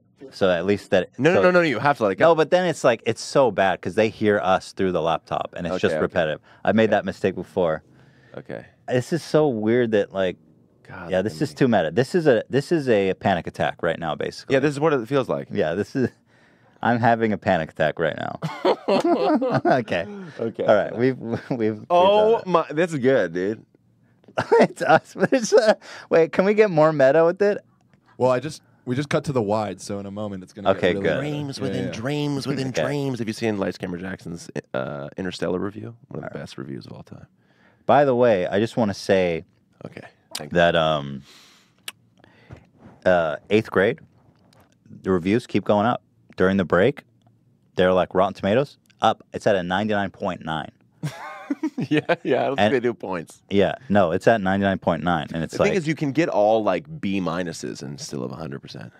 well, that's fine. I mean, it's still a good measurement. It's like yes or no. You know what I Yes. mean? Yeah. Yes, and it's an emphatic. We all loved this. Peaches are sausages, and we got all peaches, baby. It's all peaches here, boy. All peaches today. Where do we go from there? I got some other stuff we could talk about. Yeah, but, whatever you want, man. a lot of bullshit. Yada yada yada. Oh, here's something I do want to talk about. I got a button that does that. Okay. Pretty cool. I saw you on The Green Room when you sat with all those comedians, whatever, and you were the young guy, and they were all like, "Look at this young guy," whatever. But there was one detail about that. You don't want to talk about it? Yeah, that's fine. Okay. Just being an asshole. Well, anyway, I love Gary Shandling. He's like I have personal- really bad news for you. Yeah. Wait, what is it? He's fine. No, He's living happily. he did. Yeah. Yes. Rest in peace. He would have liked that, maybe. Yeah. It was just a Yeah, cellar door slammed on I it. do know he's passed, sadly. But I love so much this moment there when they introduced you and you're like, "Hey, I'm from the new generation." And I was just wondering, who are you guys? And I could tell a lot of them were rubbed the wrong way by that. A lot of the guys were like, I thought like Mark Maron was like, "Look at this fucking kid," you know? Yeah. But whatever. Well, But then Gary Shandling came out with this beautiful response of like, "Well, that's so great that you say that because the feeling's so mutual." yeah, it was perfect. But not only was he perfectly funny, I feel like you were endeared to him, and that throughout the rest of it, he was very supportive and very accepting of you, and just really a sweetheart. yeah. And I'm just wondering if you had any other interactions with I him. did, past yeah. I that. sort of had a relationship with him going forward. Like, That's so we amazing. like go over, yeah. You play ball with him? I didn't. It was more just one-on-one, just going over there on weekends and like sitting with him for a while. And he actually read the script of this movie. He was one of the first people Really? to read it. Yeah. Wow. He's just super nice and super deep and kind and just a deep, kind person, which is just very cool and very like patient and open. But yeah, there's nothing worse than 5 comedians sitting around performing a conversation. I mean, it's so fucking nauseating. I don't know that not that I would I like ever the show. be. I just mean like everyone trying to outdo each other. It's so No, fucking yeah, gross. I feel like that situation was something that I would hate to ever be involved in, just Well- because it's like it's so competitive. It has to be. Otherwise, if you don't want to compete to like prove how funny or witty you are, Yeah. you just sit there like a fucking idiot. Yeah, doing bits in life it gets very, very exhausting. But that was actually kind of a fun one because I was so young, and I mean, it was just like so different that it felt like we could all just sort of fuck with each other a little bit. But Yeah. yeah, Gary's a good dude. I love him. I mean, well, okay. Okay, cool. We talked about that. Yeah, Great. he's a very Zen Eastern. No, guy. he's such a Buddhist guy, and like, Are you into that shit? I wish I was. You feel like you could be. At I one wish I point. was. Yeah. I keep trying, but then I never do. Like Yeah. I bought a bunch of books, and I'm like, I'll read those someday. Yeah. But as they say, it's in the buying that As they say, yeah, you just like put the verb first, and you're put like, the books in your shelf, and they will, by proximity. man who's stand Bless you. on toilet, get high on pot. Yeah, right. That was much better than what I said. What was yours? It really didn't go anywhere at all. I don't know. Mine was some 5th grade thing I heard. Yeah. Anyway, How are you- Are you Buddhist? Are you into all that Eastern stuff? I'm more into the idea of religion than I was as a cool ass 19-year-old atheist. boy. You have come around. Not around. I just like I don't really hold like it takes up so little of my mind criticizing it or Oh, not. you like, felt I was- you were younger than need to be like, I was I'm like, an there's atheist. no fucking God, dude. And now I'm like, I mean, whatever you get through the current moment. I feel the same exact way. There's something about when you're young and you're like, I'm fucking so smart. I get this shit. Yeah. You idiot. It's like, you think there's a guy in the sky? Yeah. Nice. It's like, Yeah, well, yeah. like there are people a lot smarter than you that are religious, so it isn't inherently a dumb idea. Also, it's like, what do you understand about the universe, you little fucking idiot? what do you understand about your own head? Yeah. I mean, like that's the thing, is that like the subjective experience is so mind-blowingly impossible to understand that sure, God. You know what I mean? I'm Yeah, saying, why like, not? Like It's I not can't that even. weird. I don't Is get that like weirder? how any of this is happening. Is God weirder than like anything that just existing? I don't believe in God necessarily, but I don't not believe in God. Yeah, I believe in buying books about Buddhism and putting them on my bookshelf. Yeah, well, we pray to the God of brick and mortar. Yeah. Did you go to a brick and mortar, or was it online? Online. Online. I'm a homesman. Exactly. You think I'd show up around a bookstore? When was the last time you went to a bookstore? I go to Christ's sake? bookstores. I like to walk around a bookstore. Nice mom and pop shop like an Amazon Books. You know, the Amazon makes bookstores. Those are great. Real down to earth. Are you serious? Yeah. They have bookstores? Yeah. They went and like destroyed. It's like, did you not have enough of the market? No, but they literally destroyed bookstores and then like. And they're basically dancing on the grave. Oh, absolutely. No. They're like What they're like assholes. fucking their wives on their graves. Yeah. Or Moving husbands. next door to like Jeff's bookstore. It's like this dusty old fucking place. Yeah. Amazon bookstore. I'll go to churches too. When I'm in the city, I'll go to a church and sit down. You'll sit down through the thing. No, usually like on off hours, because it's like Why do you go there? Do you pray? I'll sit and I'll contemplate? think, yeah, You find that the environment does something. quiet. Well, I've been to churches and cathedrals, and there is definitely a vibe. Yeah, it's great. It's like, and like you really can't be on your phone when you're in there. It's not even about God. It's almost just about like the quietness of like just being. There's something divine in existence. Let's just say, agree. We don't have to agree on, but let's just say, I think that. But like you really feel that there, and it's like you don't have to believe in Jesus Christ. You don't have to look at a guy on a cross, but there's something divine about being alive, and you feel that there. And like silence is as valuable as it's ever been. Like silent attention is like so rare to get. Less stimulation. Can I go to a church? I'm Jewish by course. ethnicity. Yeah, if you don't mind, You're not going to kick me out. They're going to be like, some dude's not going to be like, you look a little Jewish. Can I see your ID? He wouldn't say a little. You look extreme. Well, he wouldn't come out that strong. Yeah. Thank you, by the way. If you're cool with, I think you might. I could go to a synagogue. Hell yeah. Where I belong. Yeah. Woohoo! It's a party there. But yeah, church is for everybody. I didn't know that. I think so. Is that what they say? No, but no. A lot of them. Like my mom goes to like a Presbyterian, whatever, and the guy was like, "Anyone's welcome at this table. If you're trans, if you're this, if you're, I was like, well, Things are changing. Things are changing." Can I talk about your mom? Your mom has a really interesting vocation. She's a hospice nurse. Yeah, she's been doing hospice. My stupid Boston accent. Which is basically she takes care of end of life. Yeah, she works in a hospice center, so a lot of hospice nurses are out of, they'll go to a dying patient in their house, but this is where dying patients come, and it's end of life care. So the average stay is 2 weeks. No one recovers. When you go there, you do not leave. So she sees 3 or 4 deaths a day. What is it? I'm curious, just systematically, how people end up there. Is it like a health insurance thing? Is it like a government thing? That's a great question.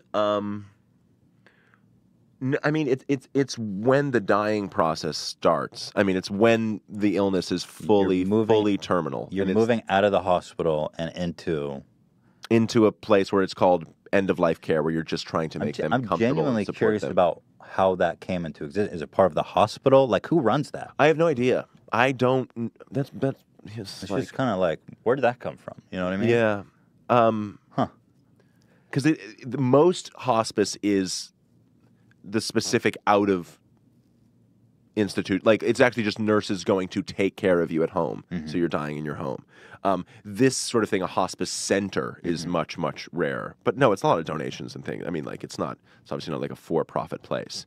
But yeah, it's pretty. So how has that, like, I mean, affected her and maybe even you by proxy? I mean, surely that trickles down to you too. Well, yeah, I mean, she's doing it 9 or 10 years now, and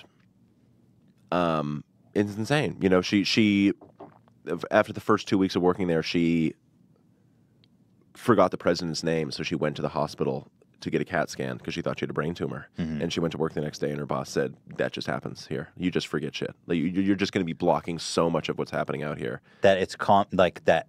He's like, oh, if you only told me, I would have told you that happens to everybody here. Yeah, exactly. And like when she was getting ready to interview for the place, she saw like a body getting carried out. She's like, I can't fucking do this. And then 2 weeks in, she's carrying a body out, chatting with the nurse's assistant, you know, puts in the car and turns around and is like, whoa. Crazy. And I'll be with her at like a diner, and a family will come up and be like, Patty, oh my God, like, you know, because she saw her, you know, their, you know, father through his last 2 weeks of his life, and they'll leave and she'll go, I don't remember them.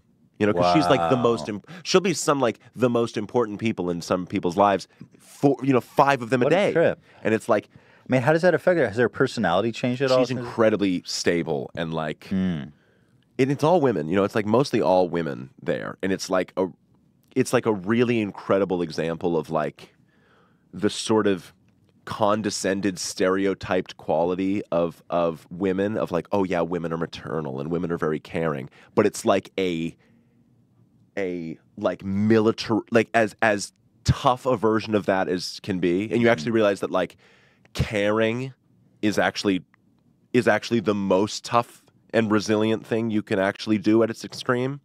That I'm saying people come back from war, you know, unable to fucking process thoughts. My mother comes back from watching like a 40-year-old bleed out in front of his family, and she comes, you know, to like, you know, smiles and cooks us dinner. You know, like that is actual strength, you know, and it is yeah, she has wild stories.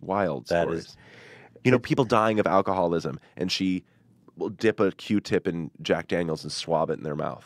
Wow. You know, because it's just people dying of lung cancer. She takes them out, she wheels them out into the snow and holds a cigarette to their lips because they're too weak. Damn. You know, because it's just end of life care. It's not about preventing it. Yeah. And it's also very medical. She's also like a nurse practitioner. I mean, she knows what she's doing. She's worked in the ER. She's done these things. So, but yeah, it's wild. You know, that's got to be one of the craziest fucking jobs you can possibly perform. Family members showing up, like threatening to fucking kill people, like get my dad out of here. You shouldn't be. You know what I mean? Like it's fucking like dramatic. Not coming to terms with it, or like they don't want them here. They're confused, or they're it's.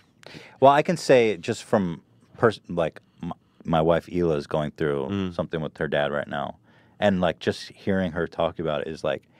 It's so fucked up. Like we're so bad at dealing with death. We don't think about it until it's there, and so like these women, these nurses that are like such rocks for people, because my mother will sit there and go like, she knows how to deal with it, and she knows what it looks like. Like unlike everybody, she knows how to deal with it, and dealing with it isn't like to make it easier, but she can say like she's never seen last words in her life ever. She says they almost never speak for the last 2 hours. There is a last breath, but there's almost never a last word. It's like really, really incredibly fascinating. She should write a book. Dude. She was on an episode of, because I talked a little bit about this on Marin's podcast like a long time ago, and Nancy Updike from This American Life heard, and they did it This American Life and on my mom. Half of it's on my mom, and you can hear her in the hospice center. It's like. And some people, you know, it sucks for her because it's such an interesting job, and she, of course it is emotionally taxing, and she needs to talk about it. But it's such a hard thing to talk about because people hear about it and they go like, I just can't fucking hear that. But it definitely puts my job in perspective very easily. Yeah. You know what I mean? Where I can just be like, oh, who gives a shit what happens with, you know, this thing or that? Like, I wonder if like we as a society, and this is kind of a fucking ridiculous question out there, but like if we just dealt with death better, you know what I mean? Like. It's this boogie. We all obviously know we're going to die, but like the thought of it, the prepping of it, the association of it, the way that like we prolong it, even when it's over.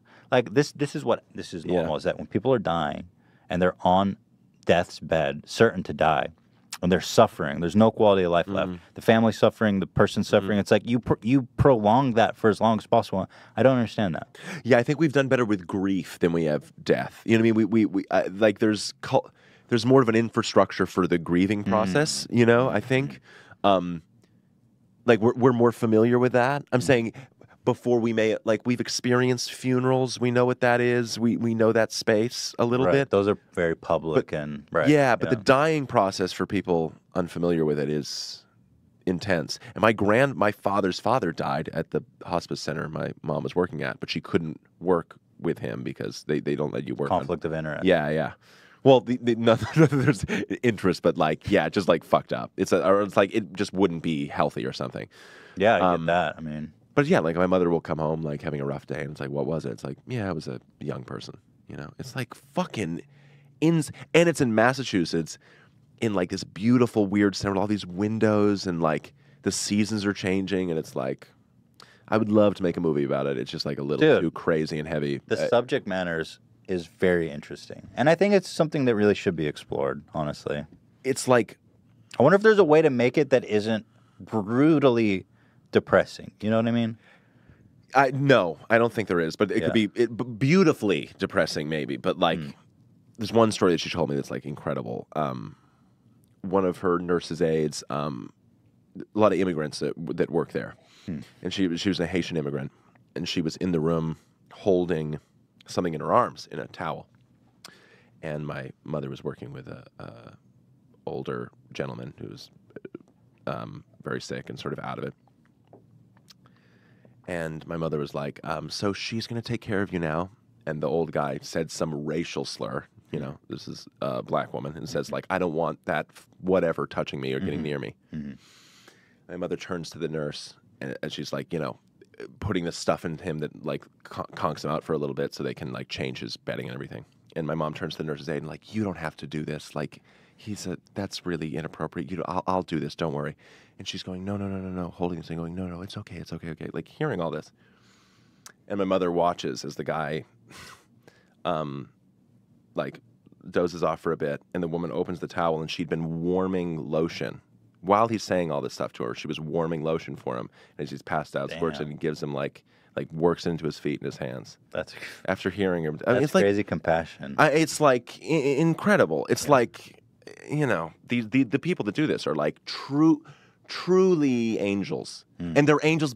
And then I go to the hospice center all the time to check in, or see my mom, and it's like a bunch of little Boston ladies being like, "Oh, Bo, you're out in Hollywood. Oh my God, come here." You know what I mean? They're like little. It's incredible. It's a crazy little world there. There was I think there was an HBO show about it. I never saw it, but the moving. I would definitely love to watch anything about that. It's just, I think a documentary would probably be the best. I mean, the respect to the family makes it like because you couldn't really do it, but right.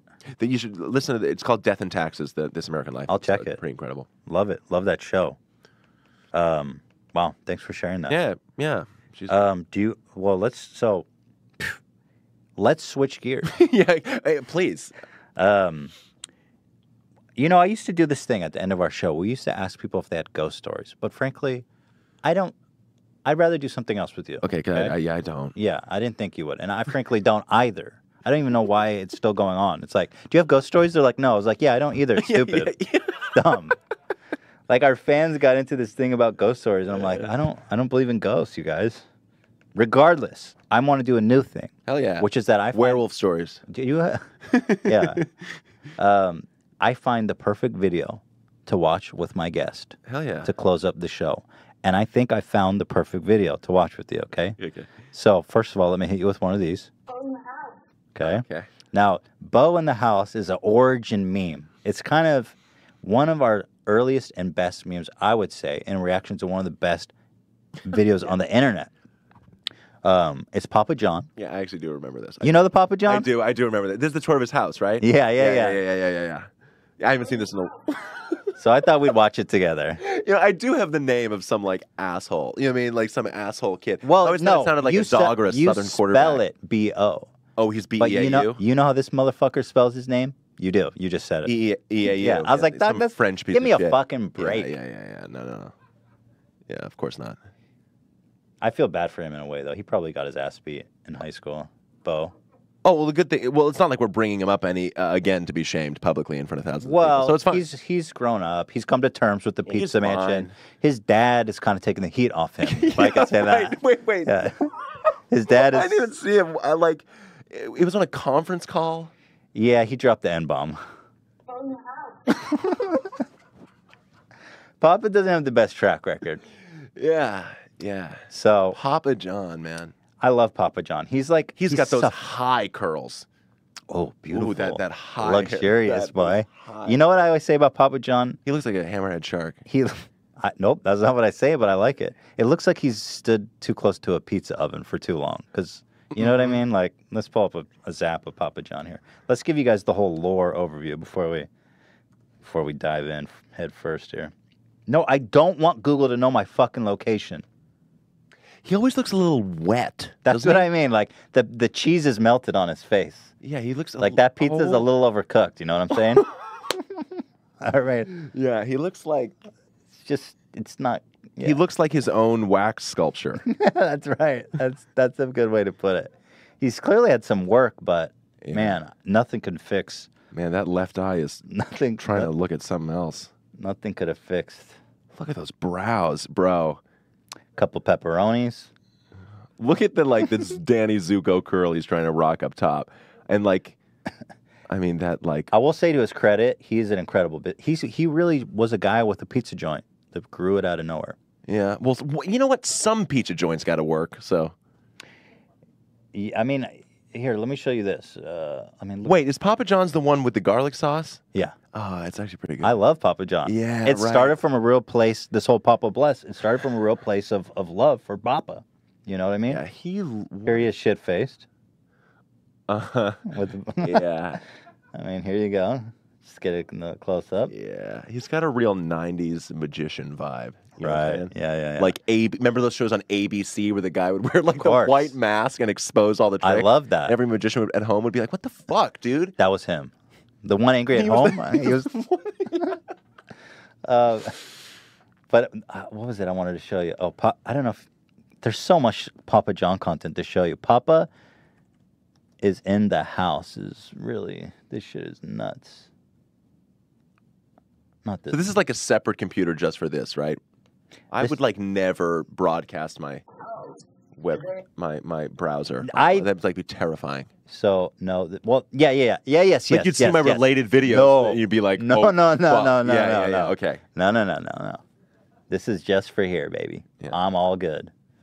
No history on this one. Yeah, it's like Destiny's Child feet. No, I'm just kidding. No, I feel you, man. Here, this is the one I wanted to show you. Just the beginning. They staged this whole ridiculous promotional thing. I love how he thinks he's like a celebrity, like he's a pizza celebrity. You know what I mean? He's a pizza shit. Oh, hey. You know what though? He's spoken into existence, man. Yeah. He wanted to become it, and he became it. He did. Well, probably not what he wanted, but he did become something. And the higher they climb, the harder they fall. Very true. So anyway, they went and set this whole thing up like he's supposed to go to this culinary school and teaching people how to make a pizza. But it's so obviously fake. I mean, but he has people. I mean, just enjoy this. We have it satisfying appetite. Yeah. There. Everyone's got paper plates. All right. Wow. And the host is just the most flattering, cock-sucking Papa John Shatner. I just got this. It cannot be overused. It's incredible. All right, I'll get to the fucking point. No, I like this. Yeah. I like this part in the show where we're like already an hour and a half in. So now it's like nobody's really watching. Yeah, right. So it's like the pressure is really off at this point. This guy's the CEO of Secrets of Louisville Chefs. So apparently it's a series. Someone that needs little or no introduction at all. The founder of Papa John's Pizza, Papa John. Right here. Look at is this not like a fever dream? It feels like Tim and Eric. Yeah, exactly. Yeah. The mural is insane in the back. Hold on. He's got a lav, and they don't mute it, so you can hear him making these really weird sounds. Like he goes like and shit like that. Let me listen.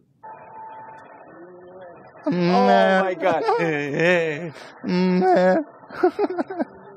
Yeah, do you hear that? Oh my god, that was you. No, listen to this shit. It's incredible. I somehow have never made a video about this because Oh, this there's is great. There's only a few wonderful moments like this, but the rest is just so boring. No, it's worth it. No, but this is beautiful. And like 93,000 is truly under the radar.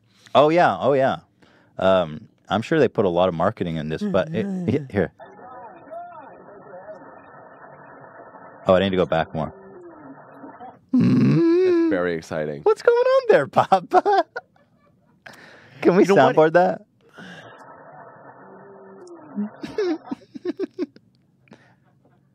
I mean, he is like it's. Listen, he's Papa John. Sometimes that's enough. It wasn't enough. When was it? Was yesterday. All the shit went down, right? Yeah. This weird little fucking. He's probably he does not have the best track record. He was, when it was in the news first, when he was like, I'm not gonna fucking increase my pizza prices by 1 cent to give my employees health care because of Right. Obamacare. People are like, you cheap fucking Papa Right. John. I mean, if the CEOs of our celebrity CEOs of our pizza chain restaurants can't survive the current cultural moment, who can? Yeah, I feel like I'm next. And you know what the thing is? It's like, we don't have to get into fucking him or whatever, but like, we have to take him so seriously because it's kind of like he could be president. So we just like literally we have to take him seriously. Yeah. Like we actually have to That's be true. worried about this. That's the problem with the culture. 'Cause I don't want to get in all that shit. You know what I mean? But like, what's insane is that like the entire culture exists on the same level and on the same plane, and it mimics our fucking phones. It's like you scroll through your Twitter or your Instagram, and you will see in no particular order your mother, your friend, Geico, the president of the United States, Kim Kardashian, and it's like, and that's what the national conversation has become. Like it's just all the same. It's like when Kanye freaked out, we have to take him seriously because like, what's the fucking difference? There is only one conversation being. Do you know what I'm saying? Yeah. And it's like, Well, kind of. like I would just be like, fuck this guy. But it's like, Yeah. no, like we have to actually keep an eye on our pizza guys because they may run the fucking world one day. that's- Like it's crazy. Yeah. No, I think that's true. Well, and similarly, he got in trouble when he said that the NFL people need to stop protesting because it's affecting pizza prices. Did you see that whole thing? When the kneeling NFL player, NFL, Yeah. and he was like, listen, I'm going to pull my sponsors. He was like their number one sponsor. And if these guys keep kneeling, because our pizza sales are down since they started protesting. That's crazy. And the kneeling thing is like, I personally and publicly I've always been like, why do you fucking care? but also like, we know that like the Department of Defense pays like $50 million, like that all the flag shit is advertisements for the military. The Department Right. of Defense pays the NFL. Like Whoa, that's why they pay them to do the yes. salute? Yeah, all the reuniting troops and stuff. Those are paid. Those are paid stage things. Dude, that's fucked. So like, no wonder they're angry. Obviously, because like it's not that like you're kneeling during the anthem. It's like no, you're kneeling during our ad time, you're bitch. disparaging our No, this is sponsor. Yeah. No, this is we paid for this shit to be an advertisement, and That's a fucking great advertisement. That is exactly Yeah, the people of that go course. sign up.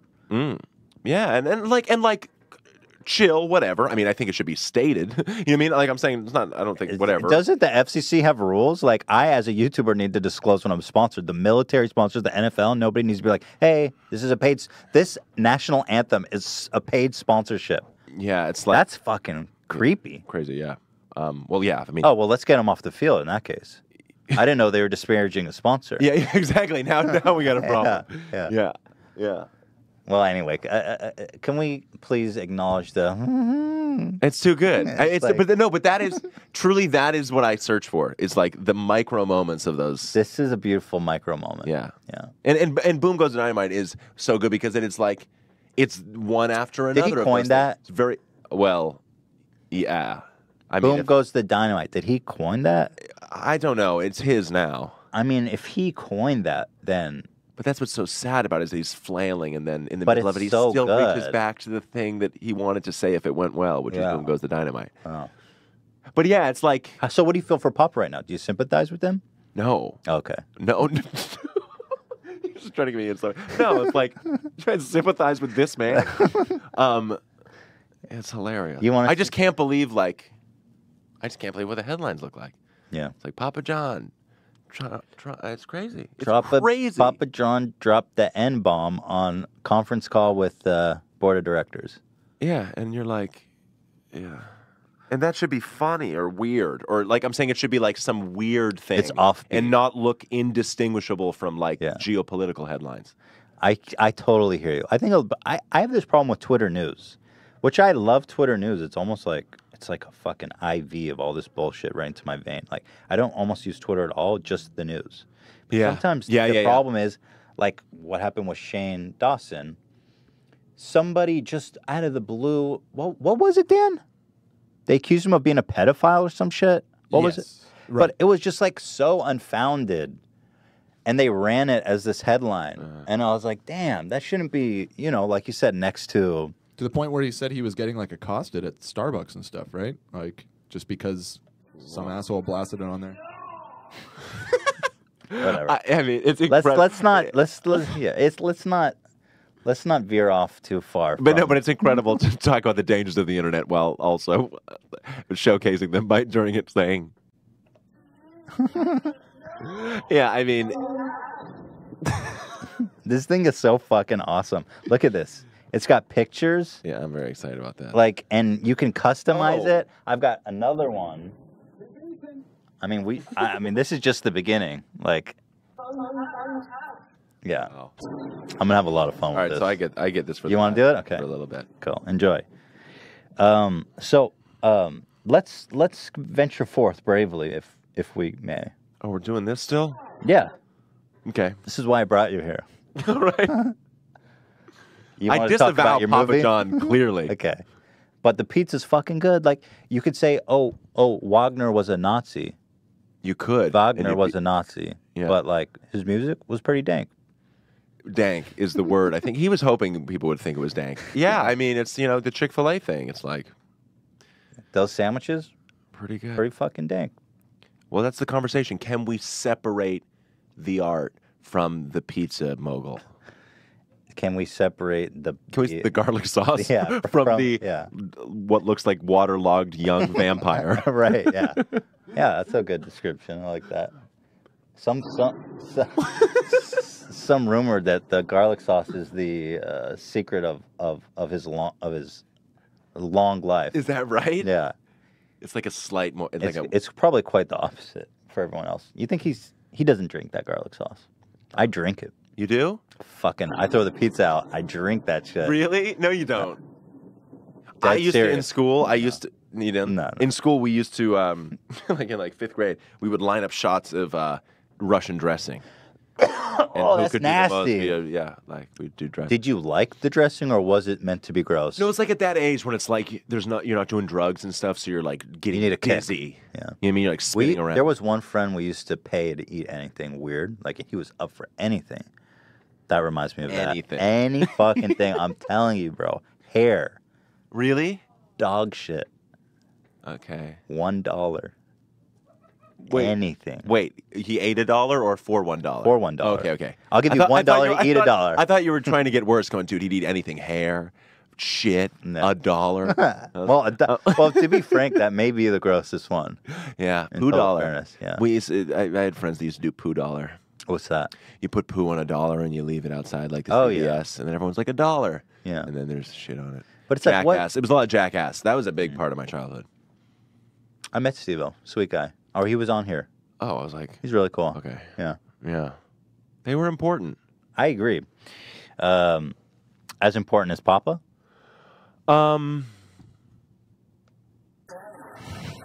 Thanks. That was another one. That was a different one. It's so loud. Wow, I can certainly tell that Papa's in the house. Welcome, John. So glad for you to join us here at Kitchen Theater today. We're proud to be here, and all these experts in culinary, and we're going to talk a little All right, don't act The like you fact didn't pay everyone to be here, you fucking... I'm very proud to be here in this advertisement I paid for. And the racism in hindsight is there. He's a good old boy. Yeah. And in all the ways that a good old boy is a good old But boy. it's also just like the mural. I don't know why the mural is killing me. These giant onions. Yeah, the harvest, the bounty was sweet this year, Papa. It's just like this sharp. Who do you think? shadow. Who do you think picked those? Let me just put it that way. On Papa's plantation. Pass. Look at this, 309, 153. Down. All right. All right, but anyway, this isn't why we're here. I'm out of water. Ian, can I get a glass, a little refill? Can we get a refill? For Christ's sake, thank you. So this is really the coup de grace. Is that right? Coup de grace. Can this be a coup de grace? This video? No, I don't think so. Bo just looks confused. I don't know what that is. What is coup de grace? It's like the final blow. Yeah, the final blow. Thank you. Hey. I'm waiting for. Oh God, Ian. He's the worst. It's all good. Good guys. Ian, the intern. No, he's the worst. You don't know him like I do. Don't say that. You don't know him like I do. You're just being nice. Don't do it. Thanks, Ian. You're the best. Appreciate you. Hey, you got the bottoms of that tracksuit? Yes. Oh, Is that good or bad? I don't know now. That's what I'm telling you. But he's not wearing them. You don't like the whole Adidas tracksuit look? Not on him. I'm on board now, dude. Fuck that guy. All right. So this is in its entirety, this beautiful, wonderful advertisement that Papa John made with his son as helper and his best friend Bo to celebrate their papajohn.com coming live, 2010. And this is the title they used. This isn't someone else. They put this here. Papa and Son. First order on the new papajohn.com. Okay? Okay. All right. Oh, yeah. Greetings and welcome. Welcome to Papa's house. Now, the first thing I already love about this is like, I'm so relatable. And behind me is a mausoleum. Yeah. It's like a fucking huge statue of an eagle. Yeah, it's crazy. I love it. Also, that's a wedding ring. That thing is it's thick. A lot of A lot of pizza has been sold to buy that.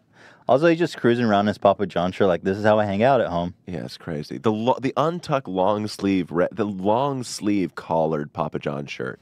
I love the idea of him just wearing that every day at home. It projects business, yet casual, rolled up sleeves. I'm a hard worker. I was just, digging one of my maid's graves. Oh, hey there. Yeah.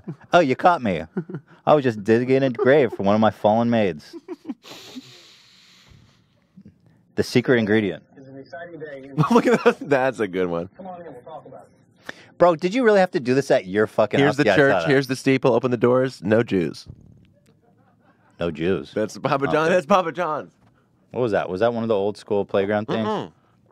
Of course you don't know this. Here's the church. Here's the steeple. Open the doors. Look at all the people. No Jews. yeah, that's the old That was a thing. twist. Yeah, no, it's not a twist. It's actually. Oh, they used to say that? Back in 2010. People say that about Jews? Mm. Didn't know that.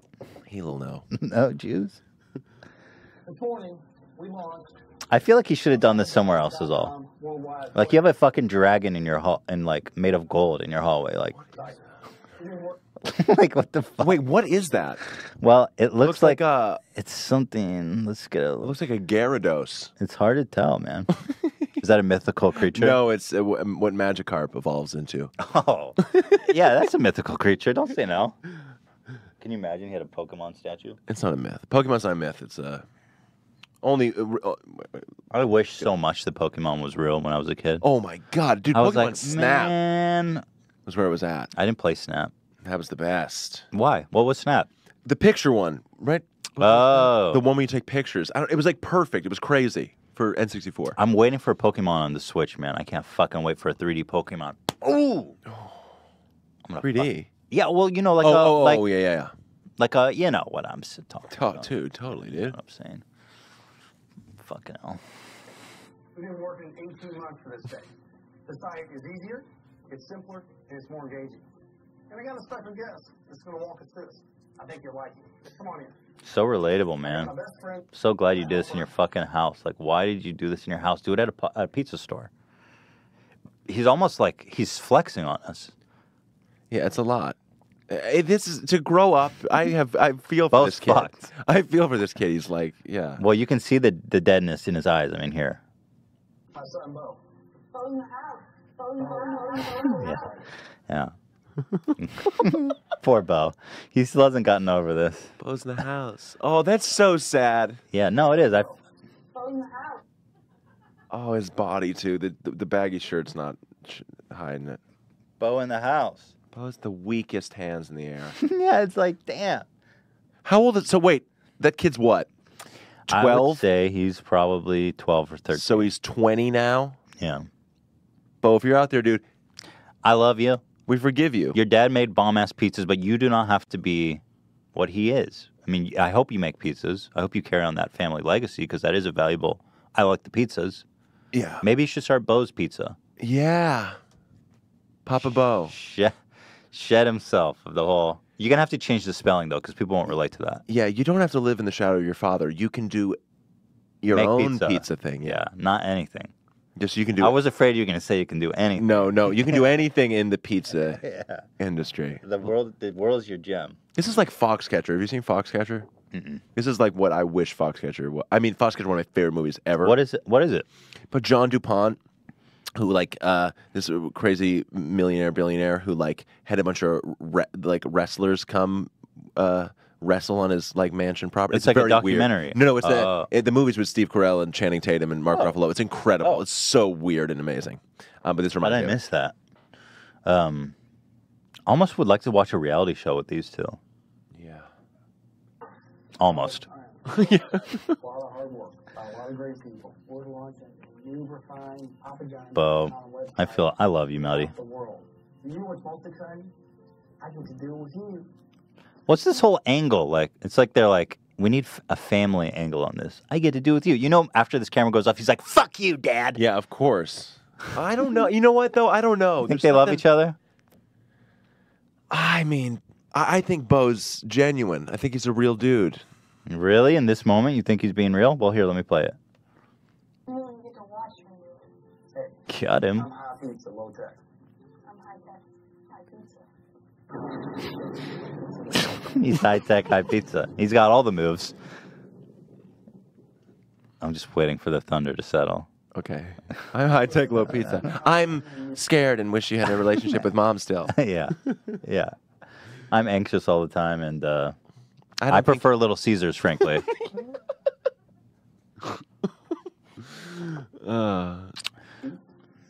throw the pizzas over. Those jalapenos, they got a kick, you know? Call them jalapenos. And to be frank with you, I know it's jalapeno, and ever since You know it's hella what? Yeah, jalapeno. That's what he said. Right. I know it's jalapeno. It's jalapeno. Jalapeno. Isn't it jalapeno? I know what the double L means. Can I say that? Double L. Jalapeno. The double L makes a Y sound. Are we confused? Is there shit are you two talking L's in jalapeno? Oh my God. I don't think there are, right? Okay, the point is, let's rewind this. It's not Michael Pino. It's Michael Pena. Okay, hold on. Let's rewind this. Anytime I sound like an idiot, I go, I'm dyslexic. But the point I wanted to You make... can be successful with a Who the learning fuck gave you disability. this? Oh, sorry. Okay. No, I'm kidding. You can have it. You can be successful with a learning disability. Yes. Just ask Mozart. Einstein. Exactly. He was an Asperger. He had Asperger's. Oh, right. He wasn't an Asperger. I thought that's how it was said. No. I know that it's jalapeno. Jalapeno. Jalapeno. Okay, jalapeno. I know it was something like that. Okay, but once I watched this Well, video, first of all, you didn't. jalapeno. Am I getting it? Am I okay? Yeah. Am I passing the test? C. Oh wow. I'm sorry. I'll stop. So no, please ride that button to Valhalla. But once I watched this, I started saying jalapeno, and I couldn't stop. Yes. And it's actually a problem. I call it a jalapeno now. It's also like whatever. Yeah, we could end it there. I'm saying we're mostly white, Yes. so we're butchering stuff. We're doing croissant and We have our way with everything. not have our way, but like when a lame white person like overreaches to that's also like, you know, just normal. It's like all good. Or no, it's weird when they go like fajita, and it's just like, oh yeah, who do you totally. think you are? You're my dad does that Yeah. all the time, dude. When we go to Mexican restaurants, Yeah. he starts doing like jive with the Mexican waiters. Starts like speaking fucked up Spanish to them. Right. I'm like, dude, how do you even know they speak Spanish? They're probably American. But maybe it's respectful because I was just thinking. Like, I don't know. It can. Yeah. I'm just saying. If, maybe like, it if is. I'm saying I find it embarrassing. I'm saying if some like Chinese guy came over and was like hamburger, I'd be like thanks. You know what I mean? I don't know. So maybe it's cool. Wow, thanks for being thoughtful. I just would think you like a hamburger? There's a very funny thing. Is actually in Sweden they did a show where they're like speaking. They're doing the equivalent of like for Swedish we'd be like whatever like water whatever, Yeah. and they do it for English. They're not speaking English, but what English sounds like Right. to them, and it's a bunch of people going like. Perdonation, total. Right. Like that's what it sounds like to them. It's all like arbation or created. Yeah. That's a good one to look up. But So also, if you are a minority, please hit me with those hard R's next time you see me. yeah, It'll be very respectful. well. I can't. Papa John hit that hard R. In his Oh, career. yeah. He hit that R a little too hard. Yeah. Don't hit it that hard. Don't ever hit that one. But I can't really tell if it's respectful or embarrassing to like speak fucked up Spanish to somebody. You No, don't. I don't think it. No, I you know, It's I a dad. Maybe it's I just think- my dad. Yeah, That's probably it's a lot of only it. your dad. Yeah. No, because like I know people that are fluent that like, of course. No, but everything he does embarrasses me. You know, and I'm like a grown man, and he still is capable of embarrassing me so brutally that I hold my head in shame. Yeah, But that's part of the power that That's dads beauty. wield. That's beautiful though. Yeah, it is. That's the job. That's the job. Yeah. Okay. Well, regardless, we We're flying through this. we really got to push our way through this. Yeah. Pretty cool. Now I'm making pizza. You're making a pizza. This is fantastic, folks. But you know, I've never ordered anything on the internet. You fucking idiot. Why would you even admit that? It's not endearing. He thought it was endearing. Yeah. You know, I've never been on the internet before. Never Bo. ordered anything on the internet. Is that right? And is that what laptops looked like 8 years ago? Why is it 8 like years. chunky, like Dell that you like? This is really a time capsule of like 8 years, 8 short years. Look at what the chairs looked like back then. Look right. at the rich mahogany. Right. of People were living in 2010. castles back Yeah, then. Exactly. Wow, things were much better. Where have you been? Always here for you, Dad. This looks like fun. Where are the Bone chilling. where are all those sounds that we know he makes? I wish we had those on this. Yeah, we need those. We need those. Damn, we're gonna have to soundbite those. Be fast. Anything you can probably do it. Thanks, buddy. How about Papa Saber? You seem to really have endured some heat on that. How about one? It was fantastic. All right, how about some Coke? Have a couple soda pops. Couple sody pops. Oh, we need to soundbite sody pops. So again, I've watched this video and I can't stop saying sody pops now. Yeah, Sody pops are which is so good. that's cute. So good. It is cute. It's a sweet thing. The world's favorite, Coca-Cola and Papa John's. Some cheese sticks? I love our cheesesteaks. At PapaJohns.com, you always Oh, there was a little faux pas there. There was a little mess up there How about some Coke? that I haven't noticed before. soda pops. The world's favorite, Coca-Cola and Papa John's. Some cheese sticks? I love our cheesesteaks. At PapaJohns.com. Oh, never Oh, mind. he just goes like, okay, Yeah, I thought it was someone off screen being like, all right. okay. So we're okay. Get great value for your money. I really glad you saved some money. You would save some money. That means you can raise my allowance. You're always working on it. Good banter. Wow. There. Oh, wait. You were actually. I was like, whoa. I don't remember it being there. Sorry. Soda pops. Right there. There's really not much to say at this point. I feel like just a couple of good old boys ordering a pie. That was real fast. Make it history. Oh, here. This is great. This is Bring them out, and Papa's in the house. nailed that line. How you doing? You remember Bo? That's one of 100,000 team members. I love Matt. Love Matt. Wow, look at Matt. Cheers. Yep, cheers. I paid for these. Yep, I gave you a tip.